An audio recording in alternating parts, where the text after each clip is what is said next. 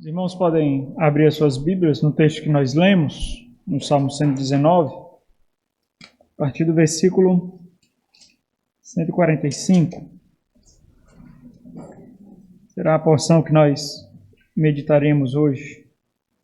Nós vamos continuar nossa série no sermão no Salmo 119, nós estamos já caminhando aí para o finalzinho dele. Nós temos refletido em uma característica muito peculiar, algo que é encontrado apenas naqueles que nasceram de novo, naqueles que experimentaram o novo nascimento, naqueles que são novas criaturas. Eles têm um anseio de caminhar pela estrada construída pelos blocos da lei de Deus, da palavra de Deus. Nova criatura entende que o oxigênio que ela respira agora é a lei de Deus. A atmosfera eterna nos encontra através da lei de Deus, através da palavra de Deus. Nós encontramos a nossa mais profunda libertação quando nós compreendemos a lei de Deus, quando nós buscamos viver de forma condizente com a lei de Deus, observando todo o seu progresso da revelação, aquilo que aconteceu no nosso Senhor Jesus Cristo, observando a intenção de Deus para nós enquanto novas criaturas, enquanto remidos pelo sangue do Cordeiro. Então nós temos experimentado o que isso significa. O Salmo 119 é um hino de louvor à lei de Deus. É um hino que descreve o profundo relacionamento de um crente com a lei de Deus. Então nós vemos que a lei de Deus não é uma letra morta. Nós vemos aqui pelo relacionamento do salmista com a lei de Deus nos seus mais diversos aspectos, enquanto prescrições, enquanto testemunhos, enquanto juízos, enquanto preceitos, enquanto palavra, enquanto promessa, enquanto a lei propriamente dita. Nós vemos que esses vários aspectos são como que raízes que permite o salmista experimentar a eternidade, ainda vivendo no mundo caído e ainda experimentando flagelos de um mundo caído. Nós percebemos que a única esperança que ele experimenta aqui é aquilo que vem da lei de Deus. Isso, para nós, soa como uma profunda exortação, porque se nós somos deficientes em conhecer a palavra de Deus, se nós somos deficientes em desenvolver um relacionamento de prazer mesmo com Deus, de profundo deleite com Deus, por meio da sua palavra, esse é o meio. Se nós somos deficientes, então isso significa naturalmente que nós teremos bases muito frágeis, nós teremos bases muito suscetíveis às artimanhas da carne, de Satanás, às ilusões do mundo, às concupiscências dos seus mais diversos aspectos. Nós seremos muito suscetíveis, nós estaremos muito frágeis para esses ataques, muito frágeis. Então, como nós desenvolvemos relacionamento com Deus sem percebermos o deleite que há na palavra de Deus, de quem não é possível haver nenhuma dissociação, nenhum divórcio? Deus se fez carne, habitou entre nós e se encarnou na sua própria palavra. O Senhor Jesus Cristo é a palavra encarnada. Nós desenvolvemos relacionamento com Deus pelo poder do seu Santo Espírito impregnado nessa palavra. Então, com essa palavra, nós devemos desenvolver um relacionamento de dependência, de vitalidade. Nós encontramos nela o deleite da nossa vida no mundo tão pueril, no mundo que tenta nos enganar com banquetes tão perecíveis, com tesouros tão frágeis, tão pobres. Nova criatura, e esse é um distintivo, portanto é mais um mecanismo de ratificação, de autenticação de que realmente você nasceu de novo. É como você desenvolve relacionamento e dependência com a palavra de Deus como um resultado natural de ansiar pelo Deus da palavra, de quem não pode haver nenhuma dissociação. Então, é muito importante fixar o nosso entendimento nesse termo, distintivo, porque é isso que nos distingue daqueles que não nasceram de novo. Aqueles que não nasceram de novo podem desenvolver inúmeros relacionamentos com a palavra de Deus. Podem ensinar, eu conheço inúmeros ímpios que ensinam a palavra de Deus. Conheço professores de faculdades teológicas que ensinam a palavra de Deus nos seus mais diversos aspectos e não têm relacionamento salvífico com Deus. Então, ímpios podem desenvolver relacionamento com a palavra de Deus, mas existe uma profundidade, existe um aspecto extremamente íntimo de relacionamento com essa palavra que somente aqueles que nasceram de novo podem desenvolver. Então, muitos conseguem maquiar, muitos conseguem falsear o seu novo nascimento, muitos confundem conhecimento da palavra com intimidade com Deus, muitos confundem conhecimento da palavra com sabedoria, intelectualidade, inteligência. Não é a mesma coisa que sabedoria e muito menos discernimento bíblico. Então, nós vivemos num ambiente, meus irmãos, muito superficial, extremamente superficial, onde nós nos aprofundamos nos mais variados tipos de necessidades, relacionamentos, e isso tudo faz com que nós deixemos de lado as questões mais essenciais para a nossa vida, para a nossa alma. E uma dessas coisas essenciais que nós deixamos de lado é o nosso relacionamento de dependência com a palavra de Deus e dependência de Deus. Nós somos muito vacilantes em desenvolver. E isso torna igrejas deficientes, isso torna orações sem poder, isso torna famílias caminhando para o mais profundo precipício, mesmo como membros de igreja, mesmo formando uma vida exterior unida à igreja, mas na mais sutil ventania, essas famílias e essas pessoas desmoronam, caem. Né? Por quê? Porque nós não conhecemos por que nós somos e como nós somos distintos daqueles que fingem, daqueles que camuflam, daqueles que maqueiam. Então nós vivemos um tempo onde a fé ela é extremamente superficial, extremamente ampla, mas muito, muito superficial mesmo. Nós nos encontramos nesse meio, então, com a profunda obrigação de mostrar a verdadeira distinção daqueles que passaram pelo novo nascimento, daqueles que nasceram de novo. E nós demonstramos isso na criação dos filhos, no relacionamento do cônjuge, no relacionamento da sociedade, na forma como nós lidamos, ajudamos e ansiamos pela vida um do outro, nos nossos negócios, nos mais diversos aspectos da nossa vida. Ela é tocada pela eternidade através daquilo que nós experimentamos com o Senhor. E isso tudo só é possível por causa da palavra. É a palavra revelada, é o Senhor encarnado na palavra, é o desejo de Deus comunicar a si mesmo a nós. Nós não conseguimos fazer isso sem essa palavra. Se não fosse essa palavra, não existia razão nenhuma para nós estarmos aqui hoje. Você só pode desenvolver um relacionamento com Deus por causa dessa palavra.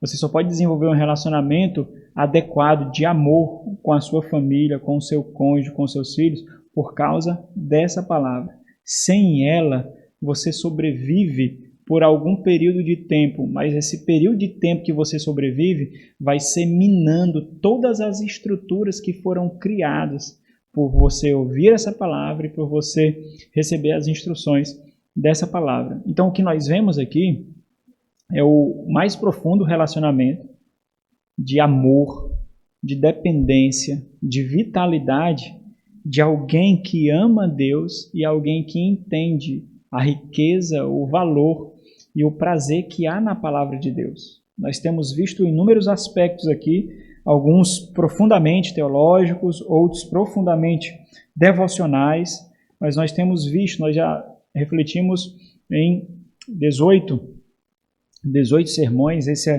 o sermão de número 19, e nós vamos ver como essa porção do versículo 145 até o versículo 152, como ela nos ensina, ou o que ela nos ensina sobre o relacionamento da nova criatura com a palavra de Deus. Essa porção nos ensina que o amor pactual do Senhor é sua garantia de salvação.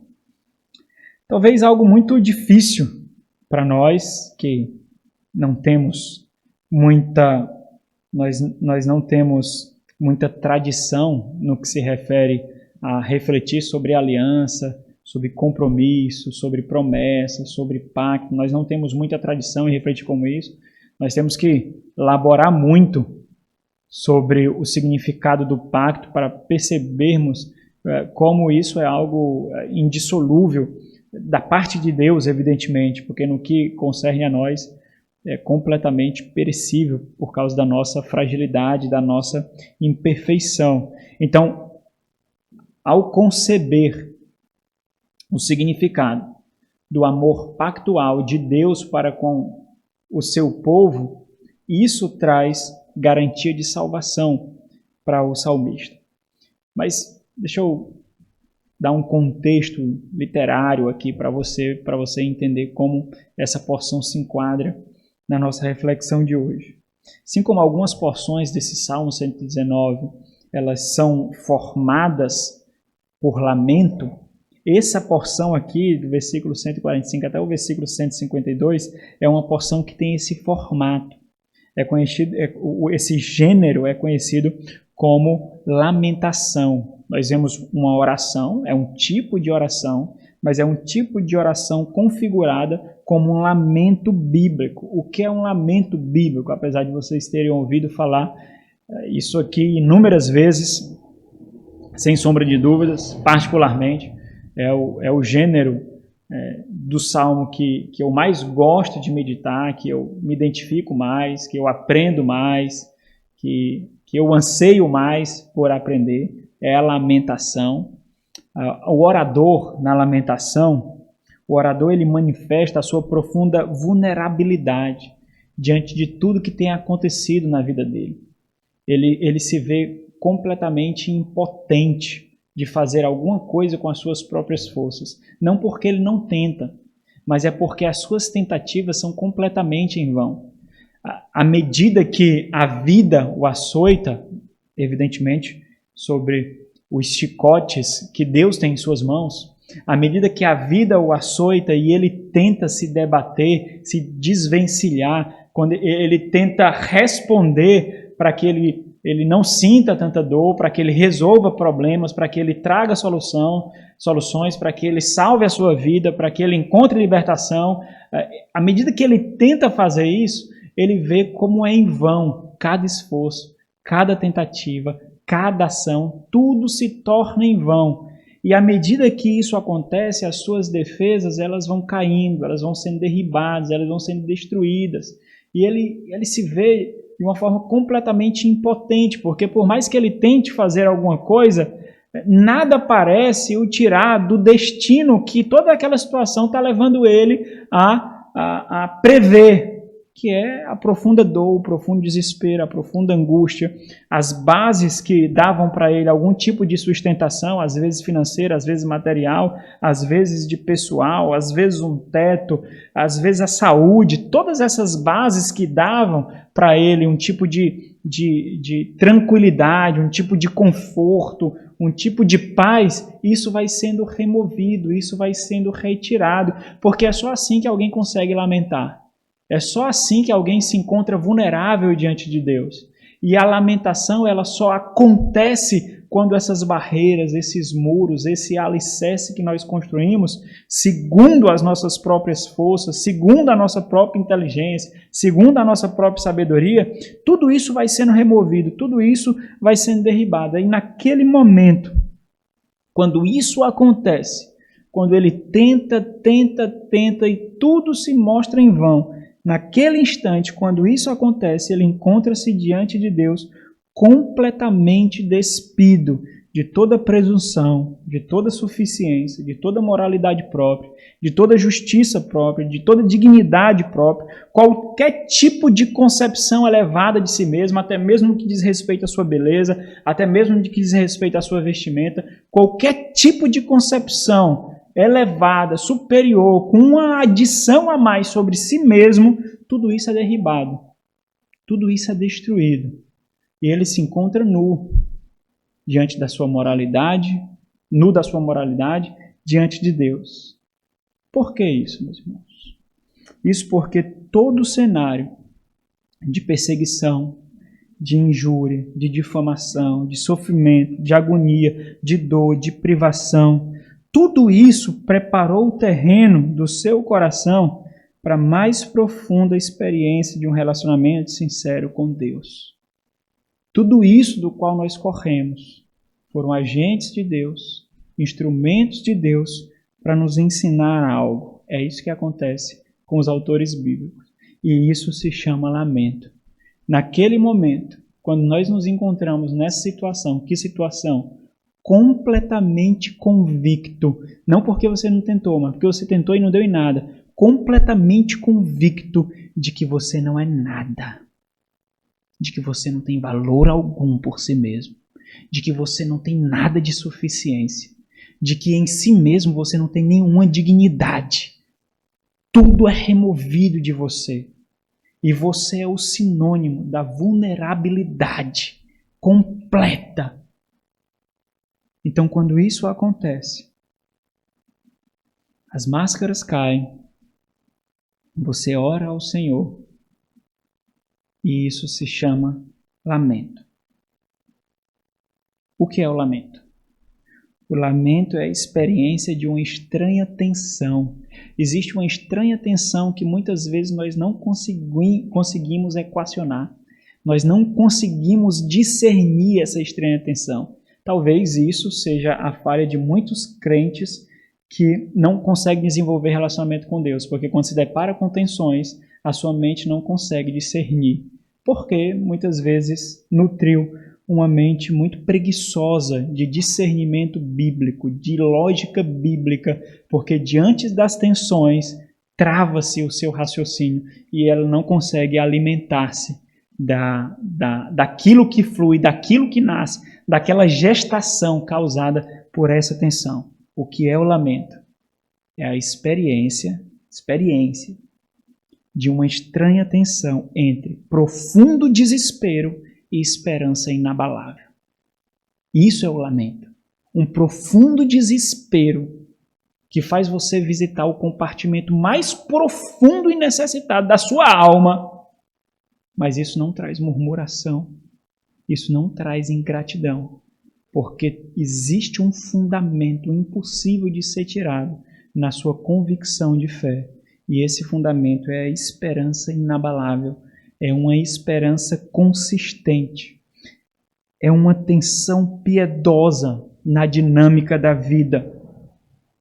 Quando crentes não conseguem desenvolver a sua fé observando essa tensão, nós nos tornamos deficientes para os momentos mais íntimos, mais vulneráveis, mais necessitados da nossa experiência de fé.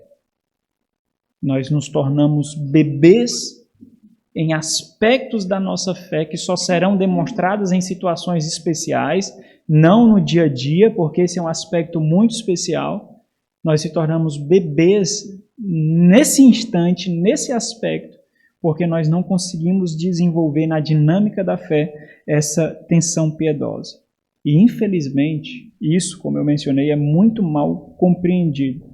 E aí, por isso, por ser mal compreendido, é extremamente mal experimentado.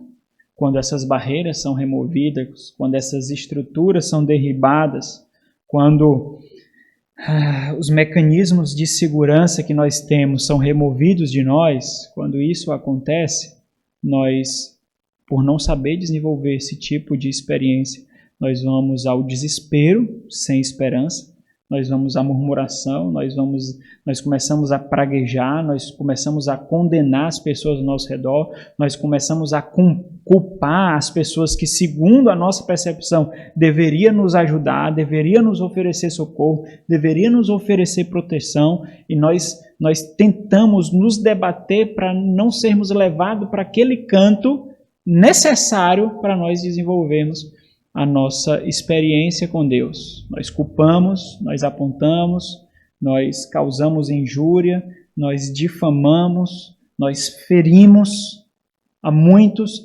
E quando isso acontece, meus irmãos, não entra aqui a percepção de que você é injustiçado ou não. Não cabe nessa equação, não cabe o raciocínio de que a culpa não foi sua, de que o erro não foi seu, de que isso foi resultado da injustiça de outros. Não cabe aqui. Você vai ser levado para aquele canto, quer você queira ou não, porque é o Senhor que está fazendo isso. Então não cabe isso. Basta você olhar para os salmos. Quantas vezes eles foram injustiçados, os salmistas aqui? Esse não é o ponto, não. Você precisa ser despido disso, porque isso é uma sensação de autossuficiência que você tem, que não permite que você seja atingido para levar para aquele canto da oração necessário. Então não cabe aqui. Você tem que se recolher à sua insignificância, porque é isso que os chicotes de Deus está levando você, seja por meio de doença, seja por meio de necessidade financeira, seja por meio de difamações, seja por meio de injustiças. São os chicotes de Deus que muitas vezes nós não conseguimos discernir, mas são necessários para nos levar para aquele canto especial de intimidade com Deus. Com alguns se revelam de uma forma, com outros se revelam de outra forma, dentro da particularidade da experiência de fé com Deus de cada um. Mas o ponto é, nós precisamos ser levados para aquele canto. Nesse momento, nós só precisamos ficar em silêncio. Somente isso. Nós só ficamos em silêncio para com os outros e levamos as nossas palavras ao Senhor, porque nós ferimos com muita facilidade quando isso acontece. Nós machucamos com muita facilidade quando isso acontece. Nós blasfemamos as ações de Deus quando isso acontece. Nós simplesmente nos calamos. E vamos para aquele canto que o Senhor quer nos levar. Até chegar lá nós ficaremos com raiva, às vezes até de Deus. Até lá nós ficaremos com a alma tremendo dentro de nós, por mais que nós façamos um esforço absurdo para não externalizar isso. Mas nós caminhamos para esse lugar. E é interessante, o interessante aqui é que ao experimentar essa tensão, o salmista ele revela alguma coisa, revela algo que só é possível encontrar quando nós passamos por momentos como esse. Por exemplo, ele responde algumas perguntas. Qual é a consistência da sua esperança? Porque essa experiência tocou profundamente a sua alma, da forma mais dolorosa possível. E lá no fundo, essa experiência encontrou algo. Aquilo necessário para nós sairmos ou afundarmos se chama esperança. Qual é a consistência da sua esperança? É isso que ele revela aqui. Em que sua esperança está firmada? É isso que ele revela aqui. Como sua esperança realmente é formada? Em que ela consiste? É isso que ele revela aqui. Por que isso é interessante? Porque isso nos ensina que o resultado dessa equação, desse descobrimento, não é importante para os outros. Nesse momento aqui, ele não tem nada a dizer a ninguém. Ele não tem nada a dizer a nós, às pessoas ao seu redor, aos seus parentes, aos seus patrícios, a reis, aos seus inimigos. Ele não tem nada a dizer para ninguém. Isso não diz respeito a outros. E num certo sentido, me entenda, isso não diz respeito sequer a Deus, porque Deus sabe de tudo. Deus já sabe o que está lá, nesse coração. Mas é algo que Ele mesmo precisa saber. Ele precisa se deparar com o fundamento e a consistência ou falta dela da sua esperança, da sua fé, daquilo que o sustenta, daquilo que fornece sustentáculos para a sua fé, para a sua experiência com Deus. Ele precisa saber disso. Isso porque nós aprendemos com muita facilidade construir e viver a nossa fé sob falsas afirmações, sob falsas crenças. E nós construímos, que nem aquelas casas que não são projetadas, começa com um quartinho, aí vai construindo outro vão, construindo um vão, e bota mais equipamento eletrônico na rede, constrói outro vão, e bota mais equipamento eletrônico na rede, e constrói em cima, e bota mais equipamento eletrônico, e depois constrói lá em cima de novo, aí faz uma laje, e de repente cai. Mas antes de cair, você conseguiu fazer muita coisa. Antes de cair, você viveu muito tempo naquela casa. Mas quando caiu, trouxe a morte. Vidas foram ceifadas ali. Tudo que você construiu, com as férias recebidas, com bônus recebido, com hora extras recebido, com 13º recebido, você foi construindo, se privando de entretenimento, se privando de momentos com a sua família, você foi construindo durante toda uma vida. E de repente, aquilo caiu. Por quê? Porque não foi projetado. Não teve um fundamento necessário, fundamental, para você construir tudo isso. Não teve. E aí caiu. O salmista precisa saber o que está lá. Você sabe o que está lá? Você sabe o que sustenta o seu relacionamento com Deus? Você sabe qual é o fundamento da sua esperança?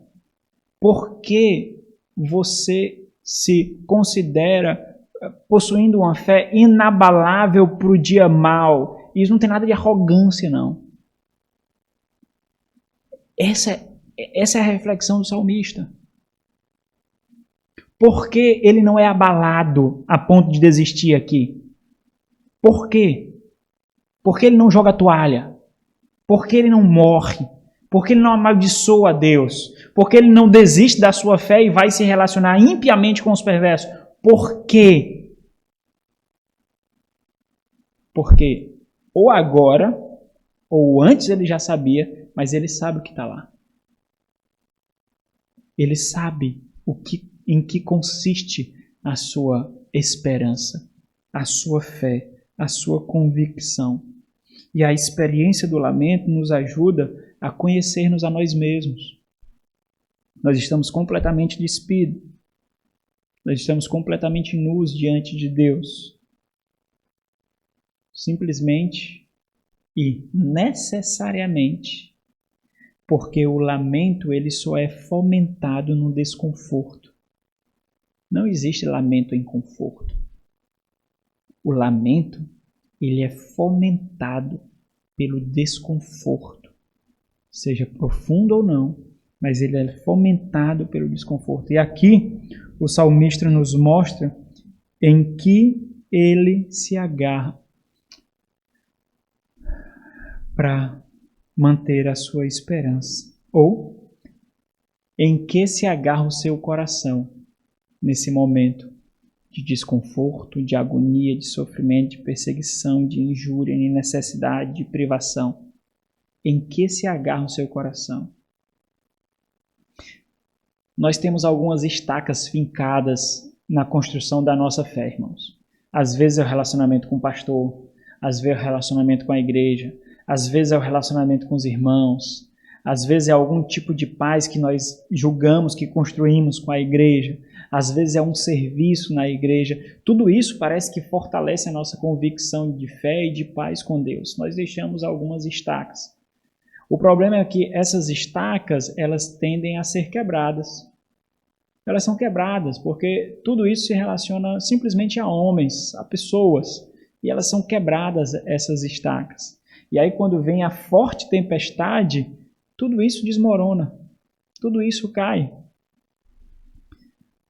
O salmista mostra aqui em que está agarrado o seu coração.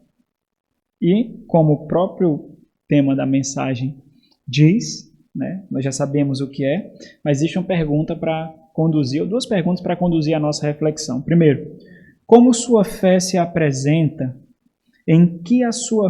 como sua fé se apresenta, em que a sua fé se agarra quando o desespero e os seus agentes tentam lhe atingir? Porque o desespero não chega sem os seus agentes, não. O desespero tem vários agentes. Às vezes vem antes, às vezes vem durante, às vezes vem depois. Mas em que a sua fé se agarra quando o desespero vem com os seus agentes? Ou, pegando uma terminologia da nossa mensagem aqui, né? Qual é a sua garantia de salvação? Você pode decorar e dizer, é Jesus Cristo. Ok. Mas você experimenta isso mesmo? Você realmente experimenta isso? O que é experimentar isso? É buscá-lo quando precisar, de tal forma que a sua fé não seja destruída. Qual é a garantia da sua salvação? E aí vamos ver 3 pontos, pelo menos, né? Versículo 45 ao versículo 49, nós vamos ver que o amor pactual do Senhor não o permite desistir. O amor pactual do Senhor não o permite desistir. No versículo 150 e 151, nós vamos ver que o amor pactual do Senhor lhe dá segurança. E no versículo 152, nós vamos ver a percepção do salmista quanto à lei de Deus nesse ponto aqui. A lei do Senhor lhe mostra a eternidade. Primeiro ponto, versículo 145 ao 149, o amor pactual do Senhor não o permite desistir. Esses versos, meus irmãos, eles marcam a luta do salmista agarrado em sua esperança. A luta do salmista agarrada em sua esperança para que ele não seja sucumbido naquela experiência que ele tem ali. Esses versículos eles são marcados por intenso clamor e súplica aqui do salmista. Conforme nós vimos na semana passada, tudo foi retirado do salmista. Ele não tem sequer a oportunidade de experimentar externamente a sua religiosidade com Deus. Experimentar o templo, experimentar os sacrifícios, ir em procissão à casa do Senhor. E até isso foi retirado dele. O que pode lhe dar esperança agora? O que pode lhe conferir segurança? O que pode lhe conferir esperança? O que pode lhe conferir resistência em meio às lutas, não somente externas, mas as lutas interiores aqui. Essas são as piores lutas, são as lutas interiores, que são extremamente intensificadas e silenciosas. O que pode lhe dar esperança? Naquela batalha que ninguém vê. Você briga aqui, ó. Você discute aqui, você chora aqui, você grita aqui, e você não consegue muitas vezes sequer pedir ajuda porque você não consegue organizar para pedir. Acontece aqui. O que lhe dá resistência nessas lutas? A intensidade da resistência do salmista é marcado pelo quê? Pelo conhecimento e pelo deleite que ele tem pela lei de Deus. Conhecimento e deleite que ele tem pela lei de Deus. Que isso forma o quê? Forma a convicção do fundamento que o sustenta. Tanto que, não tendo mais nada no que se apoiar, ele enfatiza quem é o seu único Salvador. Depois de tirar tudo de mim, eu sei que eu só tenho o Senhor. Depois de me tirar tudo, essa foi a experiência de Jó, não foi? Depois de tirar tudo, só algo ficou. A fé nua, crua e íntima.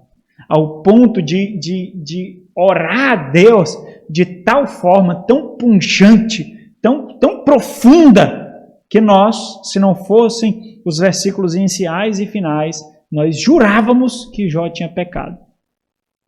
E se não fosse Tiago, nós nunca imaginaríamos que Jó tinha paciência. Porque cá entre nós, ali é paciência. Paciência é perseverança, né? Evidentemente. Certo? A oração de alguém que entende que o seu mais profundo fundamento de esperança é Deus. E Ele revela isso a nós. Através de quê? Da sua palavra. Isso é que faz de um lamento um lamento. O que faz de um lamento um lamento? Esperança. Às vezes nós nos relacionamos com algumas pessoas, né? Irmãos ou aqueles que aprendem o dialeto evangélico, evangeliquez, e aí eles intercalam as suas palavras de reclamação e jargões de esperança. Murmuração, reclamações e jargão de esperança. Reclamação e jargão de esperança. Só qual é o problema? Isso não é suficiente. Porque as nossas palavras criam uma atmosfera. As nossas palavras dão o tom a outras sentenças que nós construímos. De tal forma que a atmosfera criada pelas palavras que aquela pessoa fala não é uma atmosfera de esperança. Não é uma atmosfera de descanso. O tom, o teor, a atmosfera que as suas sentenças criam são atmosferas pesadas, densas, de coração que não confia em Deus, que não descansa em Deus. Eu fico pensando assim, se eu percebo isso, quanto mais Deus. Não é? Se eu consigo perceber isso, se nós que somos pecadores frágeis conseguimos perceber isso, quanto mais Deus. O que acontece? Por inabilidade, muitas dessas pessoas acabam não querendo pedir mais ajuda, não pedir mais oração, não compartilhar mais as suas lutas, não desenvolver relacionamentos com os irmãos de tal forma que mostrem as suas necessidades. Com medo de pecar. Mas o que isso mostra? Isso, na verdade, mostra uma profunda falha e deficiência na sua fé. Porque a sua fé foi configurada de tal forma a ser tão superficial que quando é necessário esboçar algo que só nasce numa profundidade um pouquinho maior, ela não consegue. Ela não consegue. Porque tem que refazer tudo. Tem que ir lá na base. Tem que reconstruir tudo. E isso dá um trabalho tão grande. Isso é tão humilhante. E nem todos, muito poucos estão preparados para pagar o preço para isso. Porque isso vai destruir reputações, isso vai destruir imagens, isso vai causar vergonha, isso vai abrir portas em que fantasmas sairão, esqueletos sairão. E muitos preferem viver uma vida superficial. Mas é interessante aqui que esse não é o tom das palavras do salmista. Embora nós vejamos palavras que expressam profundo desespero, a pessoa mais simples, mais leiga que lê essas palavras não perceberão o tom pesado. Não perceberão o tom predominante, o de desespero. Mas por incrível que pareça, deleite e esperança fluem desses versos. Embora seja intercalado uma linha de súplica, uma linha de desespero e uma linha de esperança. Uma linha de desespero e uma linha de esperança. O tom que predomina é a esperança. Não é à toa que os Salmos, o livro do Saltério é chamado da Universidade da Oração, porque nele nós aprendemos a orar. Versículo 145. Esses versículos, até o versículo 149, a forma como ele foi traduzido mudou a ordem de algumas palavras para deixar mais compreensível. Isso é complicado, embora nós possamos entender, mas a ênfase é retirada. Por quê? Porque no hebraico existe uma ordem de construir uma sentença. Quando essa ordem é modificada, uma ênfase está sendo dada. Então eu trouxe para vocês essa ordem para mostrar essa ênfase essa ênfase de buscar a Deus mostra o profundo desespero, mas não somente isso, mostra quem é o seu único socorro e por que ele busca. Quando ele diz assim, essa palavra lá no final da primeira sentença que diz eu te invoco, na verdade ela está no começo. Na língua original ela é a primeira palavra. Seria mais ou menos assim, invoco a ti de todo o coração, não a outro. Esse é o ponto, entendeu? Não a outro, mas a ti somente. Invoco a ti, não a outro, de quê? De todo o meu coração. Essa palavra, invoco, é a mesma palavra que começa o versículo 146, que está traduzido por clamo. Então seria, clamo a ti clamo de todo o coração. Então, se ele clama ao Senhor, que isso revela que não existe outro em seu coração ao qual ele clame, ou que ele possa clamar, então ele faz a primeira súplica aqui. Ouve-me, Senhor, porque eu não peço a nenhum outro. Aqui mostra a confiança dele em buscar socorro. Eu não tenho nenhum outro. Por que isso dá segurança a ele? Porque ele sabe quem é Deus. O versículo 149 é o versículo-chave aqui. O versículo 149 mostra em que está arraigada a bondade de Deus. Essa palavra bondade aqui no versículo 149 é a palavra Hesed.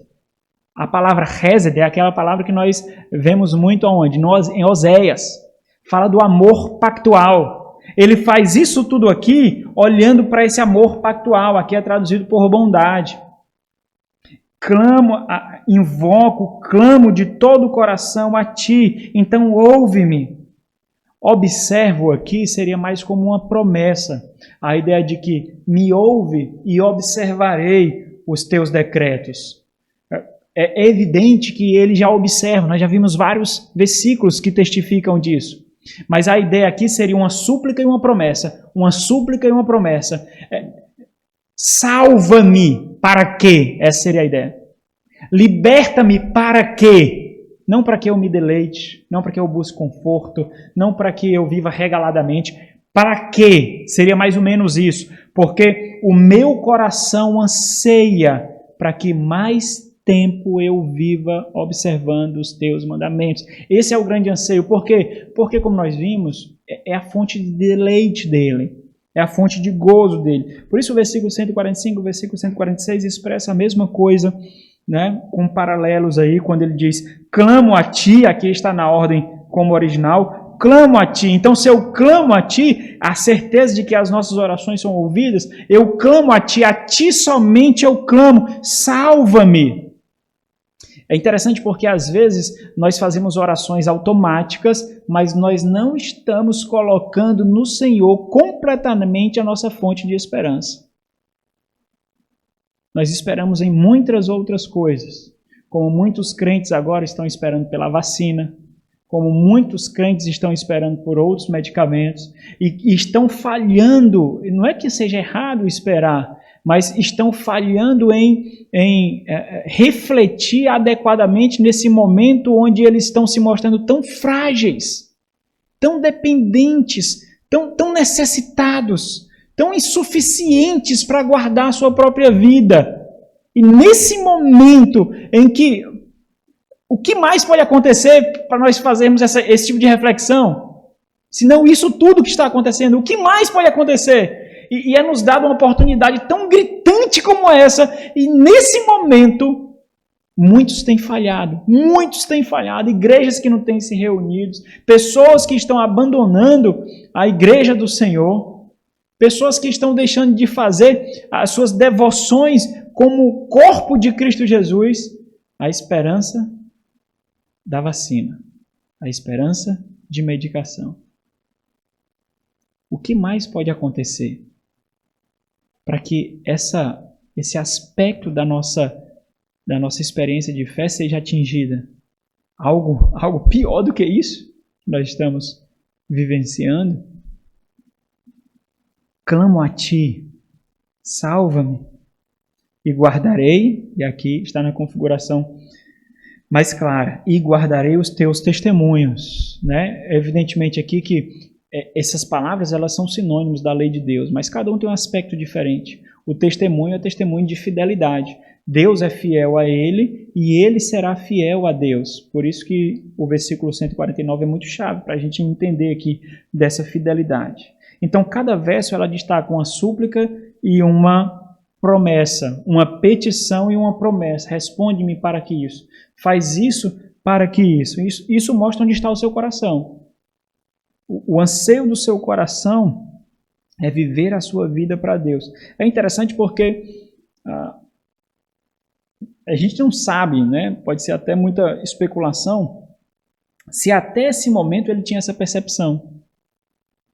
Porque ele intensifica tanto o que a palavra de Deus é para ele, o quanto ele anseia por Deus, o quanto ele encontra só em Deus a sua esperança. Nós não sabemos se isso não era assim antes, mas nós podemos fazer essa aplicação para a gente. Embora nós não saibamos para ele, mas nós podemos fazer essa aplicação para a gente. Como nós estamos diante das dificuldades que enfrentamos em relação à lei de Deus, de tal forma que nós estamos experimentando degraus que nós nunca tínhamos experimentado. E nós nos deparamos com a realidade de que nós não tínhamos essa experiência com Deus, essa dependência de Deus, essa necessidade de Deus, ou você nem isso tem ainda. Você vê outras pessoas experimentando e você não. Você vê outras pessoas passando o que você passou e essas pessoas desenvolvendo um profundo relacionamento com Deus e você não chegou a isso.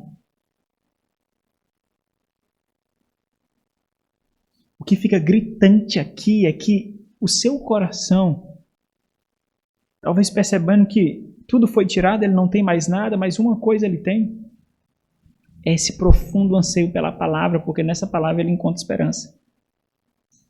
E aí ele mostra evidências disso, não é? O versículo 147, 148 são evidências de que ele vai fazer aquilo que ele está prometendo. Quando ele diz, observarei os teus decretos e guardarei os teus testemunhos. E nesse instante, mesmo agora, não quando isso acontecer, sabe aquelas dieta de ano novo, aquelas promessas de ano novo, né? Quando isso acontecer, eu vou fazer isso. Não, na semana tal eu vou fazer isso. Nesse momento, agora, passando pela a mais perturbadora desgraça, ele mostra que é isso mesmo que o seu coração quer. Porque entenda uma coisa, quando nós queremos fazer uma coisa, nós não marcamos data, não. Nós simplesmente fazemos. Nós não esperamos um dia propício. Sabe por quê? Sabe quando você marca data para alguma coisa e não faz na hora? Isso sabe o que é? Isso é ansiolítico. Isso traz tranquilidade para a sua consciência, para que você possa continuar vacilando da mesma forma que você está vacilando. Vamos lá? Próximo mês eu vou começar uma dieta. Eu tenho esse mês todinho para eu comer, não tenho não? E posso comer à vontade. Próximo mês eu vou fazer uma cirurgia bariátrica. Então agora eu vou engordar feito doido, porque eu já vou fazer a cirurgia mesmo. Próximo mês eu vou parar de, sei lá, fazer qualquer coisa. Então eu vou aproveitar até lá. Mas quando nós nos determinamos mesmo a fazer alguma coisa, nós fazemos no ato. E nós demonstramos naquele ato, naquele momento. E eu estou fazendo aplicações aqui, mais costumeiras, para que os irmãos entendam. Quando você determina começar a ler a Bíblia, quando você determina começar a ler um livro, quando você determina fazer algum tipo de prática espiritual, fazer um culto familiar, você não marca para a semana que vem, para o mês que vem, para o ano que vem. Você não marca. Por quê? Porque a sua alma anseia para isso agora. Isso mostra convicção, isso mostra determinação, isso mostra resolução.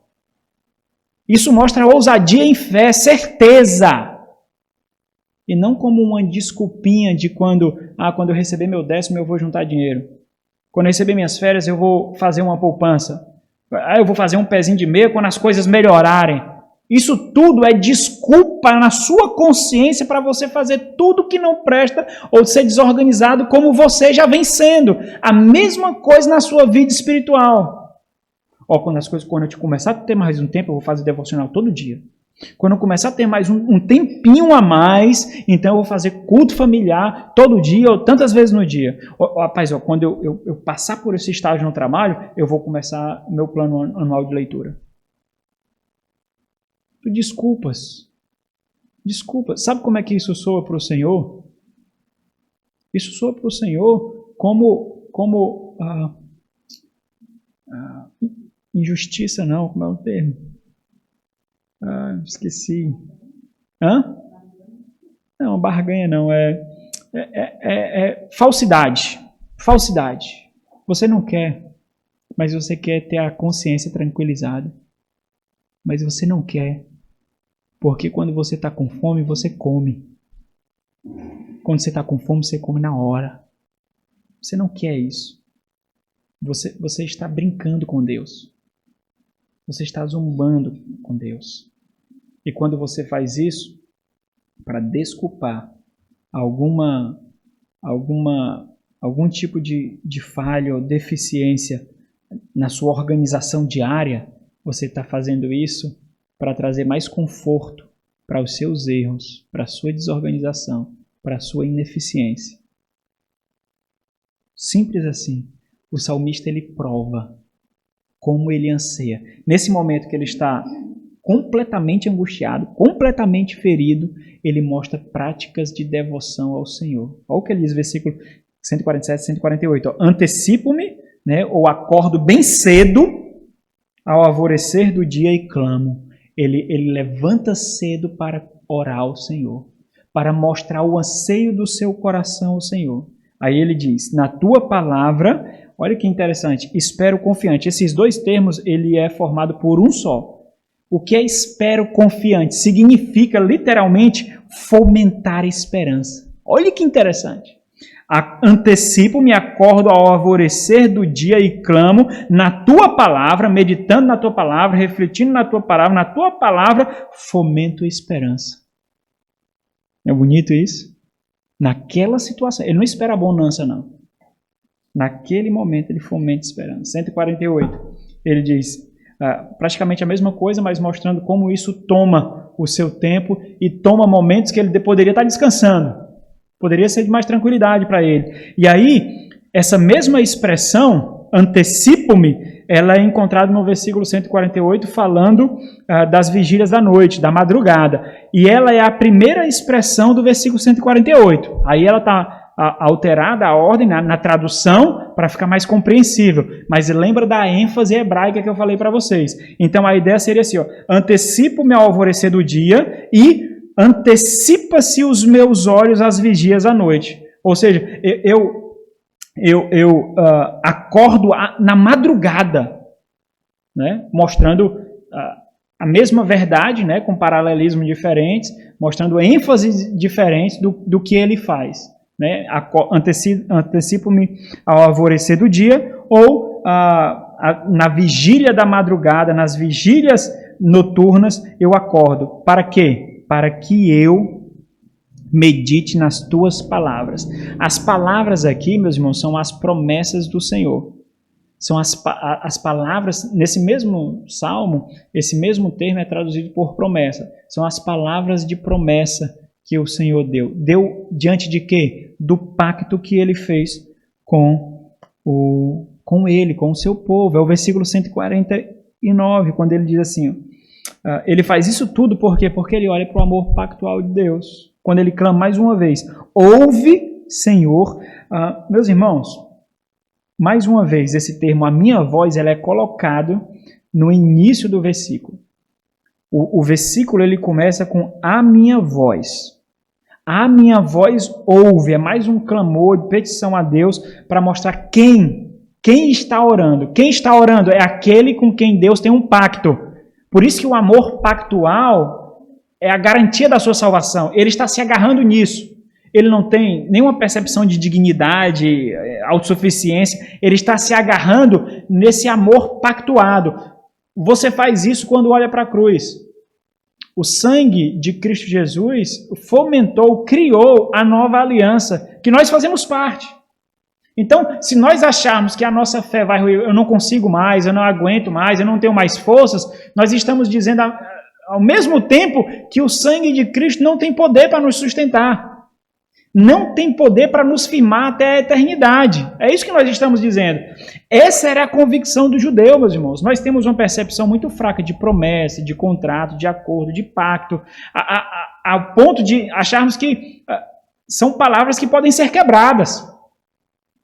O judeu se agarra nessa verdade porque ele tem noção do que é um pacto. Não precisava de cartão de crédito, não precisava de crediário, não precisava de promissória. Naquele tempo era palavra. Era palavra. Quando tinha um ano do jubileu, 50 anos se passavam, todos os escravos deviam ter libertados. Não precisava ter recibo, não. Deu 50 anos, houve libertação. Não precisava ter recibo, era palavra. Tudo isso é acordado na integridade de caráter aqui. Essa percepção é roubada de nós. Nós vivemos no mundo da falsificação, nós vivemos no mundo do jeitinho, nós vivemos no mundo daquele que é mais sabido, que é mais esperto, ganha mais. Então esse negócio de palavra, de promessa, de pacto, de aliança, o conceito foi completamente roubado da gente. Nós não temos essa ideia. O conceito de pacto está ligado à imutabilidade de Deus. Do fato de Deus não mentir, Ele é a verdade. Então Ele sabe que Ele não vai perecer. Todas as circunstâncias podem dizer o contrário, mas Ele sabe que não vai perecer. Ele pode chegar até o último suspiro, mas Ele sabe que a sua fé não vai ruir. Perecer aqui, evidentemente, não é somente corpo, né? Está incluído, mas perecer é sobretudo a fé. A fé não vai se desmantelar. A fé não vai ruir. E ele se agarra nisso, ele diz, ouve, Senhor. A minha voz ouve, Senhor. Segundo o quê? Segundo a tua bondade, segundo a tua hesed, segundo o teu amor pactual. Ele está pleiteando com Deus aqui. Né? Eu tenho um pacto contigo, Senhor. Tu tem um pacto comigo, na verdade. Ouve-me. Eu sou aquele. Essa voz é daquele com quem o Senhor tem um pacto. E o Senhor não mente. Ouve. Aí ele faz mais uma petição, né? Vivifica-me segundo os teus juízos. Olha para o meu coração. Traz vida. Me traz vida segundo a tua palavra. Amém. Vamos parar por aqui, né? Próximo encontro, se tiver oportunidade, a gente desenvolve o restante dos pontos, porque já passou muito tempo aqui. Então, essa é a ideia. Como você firma? Em que está firmada a sua esperança? Em que está firmada a sua fé? Se você estiver passando por um período de bonança, é provável, não deveria ser, mas é provável que você não consiga fazer essa reflexão. Mas é uma reflexão necessária. Porque quando os chicotes de Deus começam a agir para nos ensinar, tudo cai. Tudo desmorona. E nós ficamos nus, despidos diante dele. E naquele momento,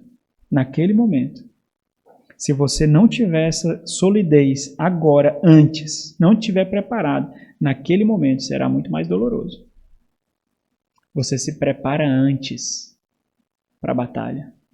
Naquele momento vai ser muito mais angustiante, porque sua pele está fina, suas estruturas estão fracas.